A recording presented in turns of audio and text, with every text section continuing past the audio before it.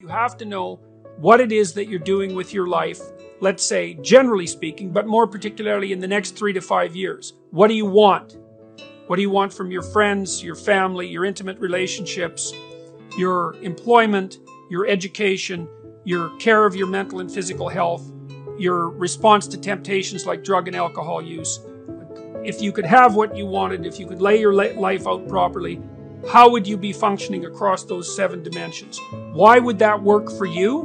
Why would it work for your family? And why would it work for the broader community? Then that gives you a reason. And if you have a reason that's well thought through, that you find compelling, so that's a compelling story, let's say, the kind of compelling story a leader might tell, then that will provide you with motivation to do the things that are difficult that you need to do. So that's positive emotion, that motivation. It's a neurochemical system that runs on the chemical dopamine. And it's the neurochemical system that underlies people's willingness to undertake something voluntarily. So we experience most positive emotion in relationship to a goal. And what that means is if you don't have a goal, then you don't have any motivation.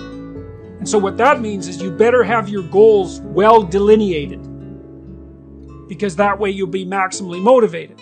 Now, the additional advantage to that is that if you have your goals delineated and they're compelling goals for you, it also makes you less anxious and uncertain and stressed, because your pathway forward into the future is mapped, and that makes it more certain, and uncertainty causes stress and physiological load.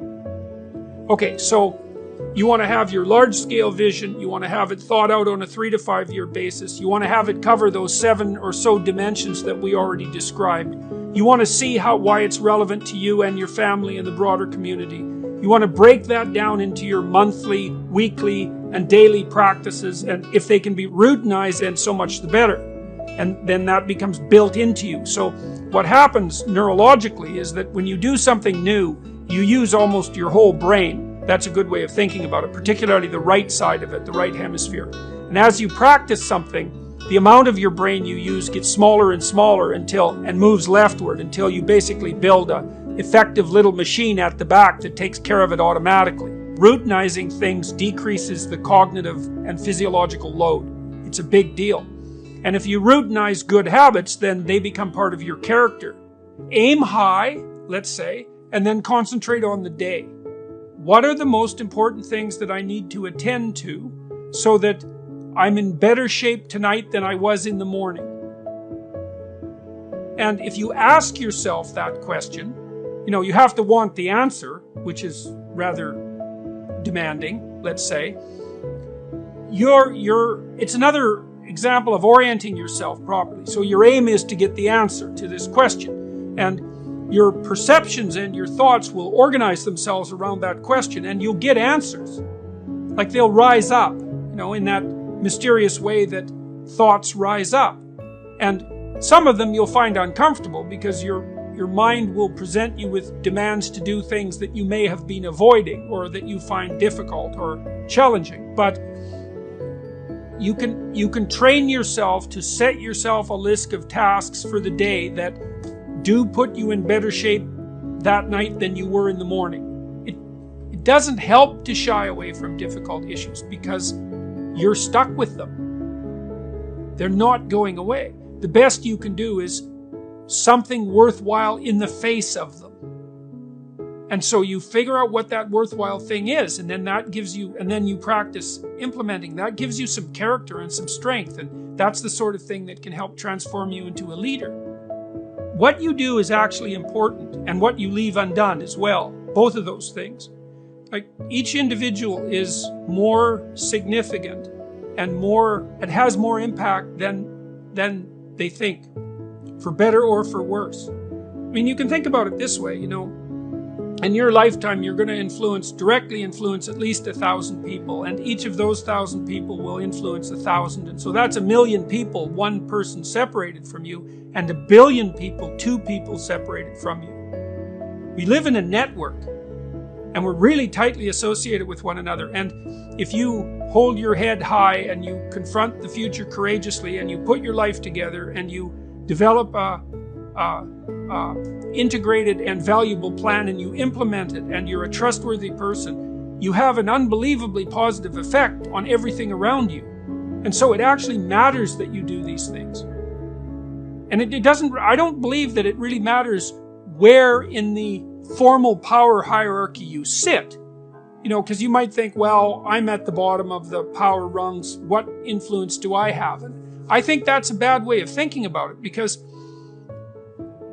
it doesn't take into account the networked issue. And so if you don't want things to be worse, which you wouldn't if you were a sensible person, then it would probably be better to work hard to make them better, and to also understand that you're playing a determining role in how reality unfolds when you're doing so. It's not a trivial thing. People are far more powerful forces for good and evil than they believe. If you ask people what they regret, especially as they get older, what they generally report is things not done. So they don't regret so much mistakes they've made, although of course people obviously regret mistakes they've made as well. So they don't exactly regret sins of commission, right? Errors that they've actively made. They torment themselves for opportunities that had presented themselves that they did not, let's say, exploit or engage in. And I think that's worth thinking about too, because one thing that I have become convinced about with regards to human consciousness, which I think is equivalent to the spark of divinity in some sense that our fundamental stories insist has been placed within us, is that human consciousness is that faculty that confronts potential itself. I think there's good neurological evidence for this, by the way, for those of you who are scientifically minded, because we build circuits within us for habitual action that we've practiced many times that seem to run in a very deterministic fashion. And we are a strange combination of deterministic and non-deterministic as far as I can tell. But what our consciousness seems to be for is to encounter those things that we have not yet encountered. And those things that we have not yet encountered seem to me to be those things that have not yet been brought into being. And so you could say that what our consciousness is for the encounter with potential. That our consciousness is it's not for the past, it's not even for the present. It's to transform the future into the present. And really that's what our consciousness does. When you wake up in the morning, you have a new day ahead of you, and the day could take you in very many directions. And the weeks and the years, all of that can take you in very many directions. And you have some apprehension about what those directions might be. You have some apprehension about what role your choices might make in transforming that potential into one form of actuality or another. I mean, you certainly know that there are dreadful mistakes that you might be very tempted to make that would produce all manner of hell around you, and still be tempted to do it. It seems like it's sitting there right in front of you as a possibility. You also know that, you could haul yourself up out of bed and attend to your duties and do the sorts of things that you're supposed to, and set a few things right that day and that week, and that likely things would at least not be worse, and they would probably be better. And I do believe that I don't understand how this can be the case. I don't understand how it is that consciousness can function in that way, because I think to understand that, we would have to understand what it means for the future to be only potential rather than actuality. And who the hell understands that? I mean, no one. And then we'd have to understand how it is that our conscious choices and our conscious ethical choices transform that potentiality into actuality, into reality, into the present and the past. And we certainly act as if we believe that that's what we do. We upbraid ourselves. For example, when we do a bad job of it, we're upset with our children and those we love if we don't believe that they're living up to their potential. We're guilty and ashamed when we make choices that we feel are inappropriate. We understand to some degree that the manner in which time lays itself out has something to do with the ethics of our choice. And again, I would say that's a very deep idea. I think it's the most true idea I know. It's very emphasized, that idea emphasized in ancient religious stories such as those that are outlined in Genesis, or in Genesis with its strange insistence that, God is that which brings order out of chaos, formless potential, generates the world out of formless potential, and that we're somehow made in that image, which seems to me to be the case. And that the proper way, by the way, to go about acting in that image is to act in relationship to the potential that confronts you with truth and with courage, with careful articulation. That's the logos. And that if you do that, then what you bring forth is good. To be precise in your speech does two things. It specifies your goal, and it reduces uncertainty. You see what you aim at. And I don't mean that metaphorically. I really don't, because you're a lot more blind than you think. There's a lot of the world that you don't see. You see most of what's in front of you in a very blurry way, like your peripheral vision is extremely low resolution. You see clearly a tiny focal area that's where you're pointing your eyes. And you point your eyes at what you want to pay attention to. And what you want to pay attention to is generally associated with what you want. So what that means is that the world reveals itself to you in relationship to what you want. And so that's really helpful, because you want to see the world so you don't stumble blindly through it and fall into a pit. You want to get to where you're going. And so if you specify where you're going very clearly, then that enables you to see the pathway forward.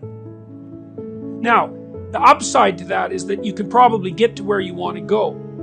The downside is you also make your conditions of failure very explicit. And that's hard on people in the short term. It's easy to delude yourself and to leave everything vague, because then you can't tell when you're failing. But that doesn't stop you from failing. It just stops you from seeing it while it's happening. Then the other advantage to being precise in your speech and your aims is that helps you tell the difference between what's important and what isn't important. And you want almost everything to be not important. In times of crisis in your life, everything becomes important. So imagine that you have a new physical symptom that's distressing, and you don't understand it. So then you're thinking, oh my God, what's happening? Am I collapsing physically? Have I got a serious illness? Is it a fatal illness? What's going to happen to my family? Is my whole life going to fall apart? Like, what happens when something that you can't specify occurs is that everything becomes relevant. And that's terrible. No one ever wants that. You want hardly anything to be relevant. And so if you specify your goal, then almost everything becomes irrelevant. And only those things that are important stand up in sharp relief. That's also a real boon to the people that you're communicating with, because they know what you want then. And so even if you're a harsh person, let's say that you're pretty punitive, and if people don't do a good job, you let them know. If you specify what you want, then they know how to avoid your harshness. And the more precise you are in your formulation of the problem and in your presentation of a solution and the role you might play in that solution, the more likely you are to advance on all fronts. As far as I can tell, there's nothing you can do that moves you and your agenda, your vision, let's say, forward faster than precision in speech.